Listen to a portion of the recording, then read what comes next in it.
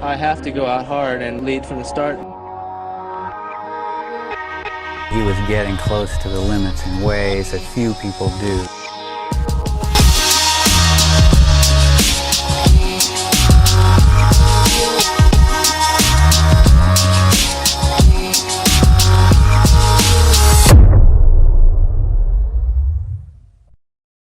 Steve Prefontaine is unquestionably one of the greatest American athletes in history. While running for the Oregon Track Club, Prefontaine set American records in every distance from the 2,000 meters all the way up to the 10,000 meters. In 1972, at the young age of 21, Prefontaine challenged the world's best in the Olympic finals in the 5,000 meters. Throughout his running career, Prefontaine was known for his assertive racing style, his never-ending competitiveness, and his unrelenting belief in himself. In this video, we'll be detailing Steve Prefontaine's running habits and what he did in order to be great. And if you enjoy this video, don't forget to like and subscribe for more great running content. And feel free to leave a comment down below on any athletes you want me to take a look at in the future. Thanks and enjoy the video.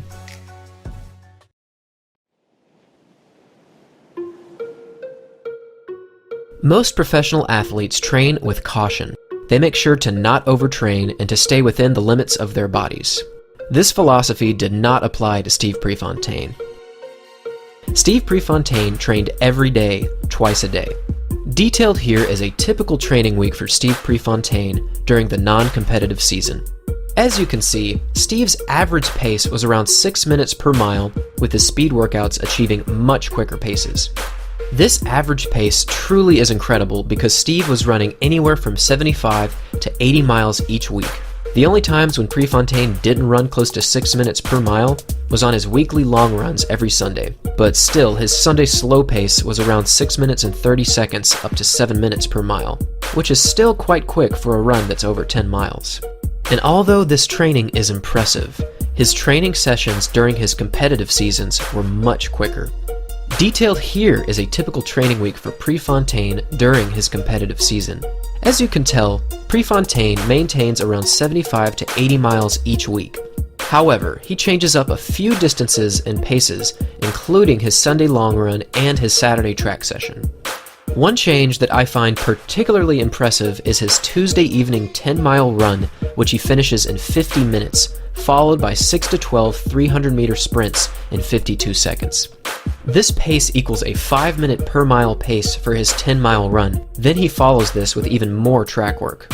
Another workout that Pre would regularly do was 3 miles of alternating 200 meters at 30 seconds, followed by another 200 in 40 seconds. This means that Pre completed this 3-mile stretch of alternating 200s in 14 minutes flat. Not too bad for 3 miles of alternating 200s. Indeed, Prefontaine was known for his drive and determination, but this drive also became very common during his workouts with his teammates. Scott Daggett, a teammate of Prefontaine at the University of Oregon, says that there were many casualties in the wake of people trying to keep up with Prefontaine. One particular workout that pushed Pre into competitive madness followed a workout that occurred 3 days earlier. Scott Daggett, one of the few athletes that could keep up with Pre during workouts, ran almost equal times as Pre did for a 3 by 1200 meter workout. Since he basically matched Pre's speed during this workout, Pre was left in extreme frustration, as he was accustomed to finishing first with ease. 3 days later, Pre returned to the track and completely obliterated Daggett. On the accounts of his teammates, it was obvious what had happened. After the first workout, Pre had gone home and mentally prepared for 3 days. This is merely one example of how ferociously competitive Pre was in his sport. For most athletes, pushing their bodies like Pre did would lead to almost certain injury. However, Pre was always searching for another gear, another mile, and another challenge. Looking back on his training, it's extremely impressive that Pre was so resilient because running 80-mile weeks with such intensity and speed would almost certainly cause problems for most athletes. Pre's training is that of legends, and it's undeniable that his competitive drive is virtually unmatched.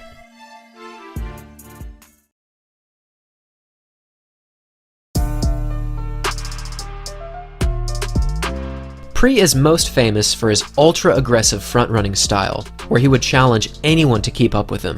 This style was very much respected by the crowds during collegiate races, as many of his races were met with crowds yelling "Pre" over and over again at the top of their lungs. Many people remember the ear-piercing and completely overwhelming volumes from these races, and we have Pre to thank for that. Pre's style was what many people called brash, but he certainly ran with undeniable determination. From 1970 to 1973, Steve Prefontaine never lost a collegiate race for his entire 4 years at the University of Oregon. He would go on to place 3rd or 4th in the occasional international race, but as an Oregon Duck competing against other collegiate athletes, Pre was completely undefeated. This is a feat that many people, including myself, have overlooked. One particular race where Prefontaine exemplified his intense front-running style is the 1973 LA Times Mile. In this race, Pre was facing up against some of the best milers in the world, including Marty LaCouri and Jim Johnson. And don't forget, Prefontaine was not a mile specialist, so Pre was certainly not expected to win. After a slow initial opening, Pre immediately asserted himself into the lead, and for the remainder of the race, Pre never relinquished this lead. This win was certainly a surprise, and in an interview with Pre after the race, he expressed that he knew that he would have to lead from the front if he wanted to win, and that's exactly what he did. Although this race was certainly incredible, Pre's greatest race for many was his Olympic 5,000 meters at the 1972 Olympic Games. In this race, Pre was pinned against the best distance runners in the world.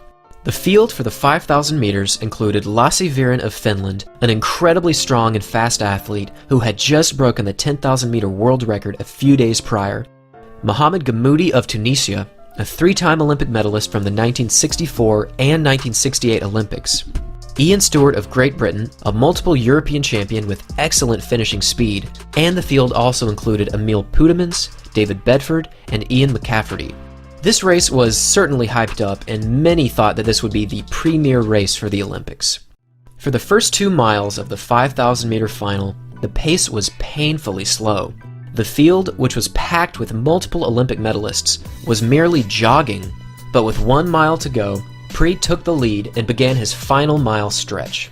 Before the race, Pre had told numerous reporters that he was planning on running his final mile in under 4 minutes, a pace he believed only he could manage. At long last, after a slow opening 2 miles, the field began to string out with the quickened pace, with Prefontaine leading the charge. With 3 laps to go, Lassi Viren of Finland accelerated up to Prefontaine's shoulder, only to see Prefontaine accelerate back. This second acceleration from Pre further strung out the field, with only 5 athletes able to keep up. Coming up with 2 laps to go, Viren of Finland now made a strong surge to pass Prefontaine. Now, the 5 runners up front had made a clear break from the rest of the pack, with Viren of Finland now leading the charge. However, with 600 meters to run, Prefontaine again made a strong surge to take the lead.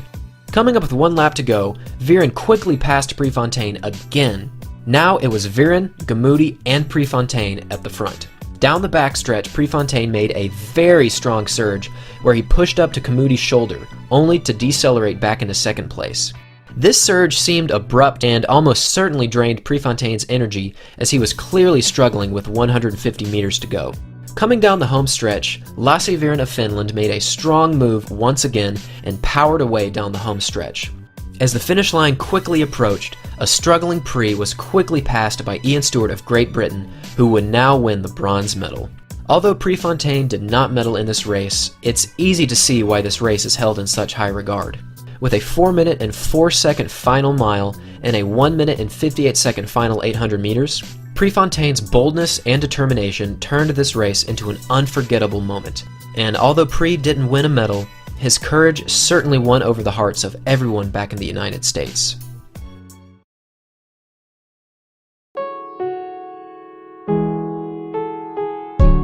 For the majority of his running career, Pre lived in a trailer with his dog. Unlike today's athletes, runners in the early 1970s were constantly searching for various ways to make ends meet. The AAU, or the Amateur Athletic Union, had much control over athletes at the time. They controlled their schedules, they controlled their international race permits, and they also controlled how much money they would make and how they would make it. Prefontaine, the already outspoken athlete from a racing standpoint, never ceased to express his frustration with the AAU. As one of the greatest athletes in the world, Prefontaine lived well below average. In fact, I don't think it's a stretch to say that he lived below the poverty line. At one point in his athletic career, Prefontaine turned down a $200,000 contract so that he could compete in the 1976 Olympics. Given that the AAU only paid their athletes approximately $3 each day, Prefontaine eventually had to make a change. After years and years of struggle to make ends meet, Prefontaine became a part-time bartender. If running 80 miles a week and traveling internationally for races wasn't enough, Prefontaine now had to resort to popping bottles of Bud Light to pay for his bills. Not an ideal method of making a living. Although Pre had difficulties with the AAU, he never let it affect his running. He once said, "I run best when I run free." Steve Prefontaine's legacy is permanently cemented into the hearts of every distance runner who has ever laced up their shoes. And if we were to ask Steve Prefontaine the question, what does it take to be great? What do you think he would say? Thanks for watching, everyone, and stick around for some incredible Prefontaine facts.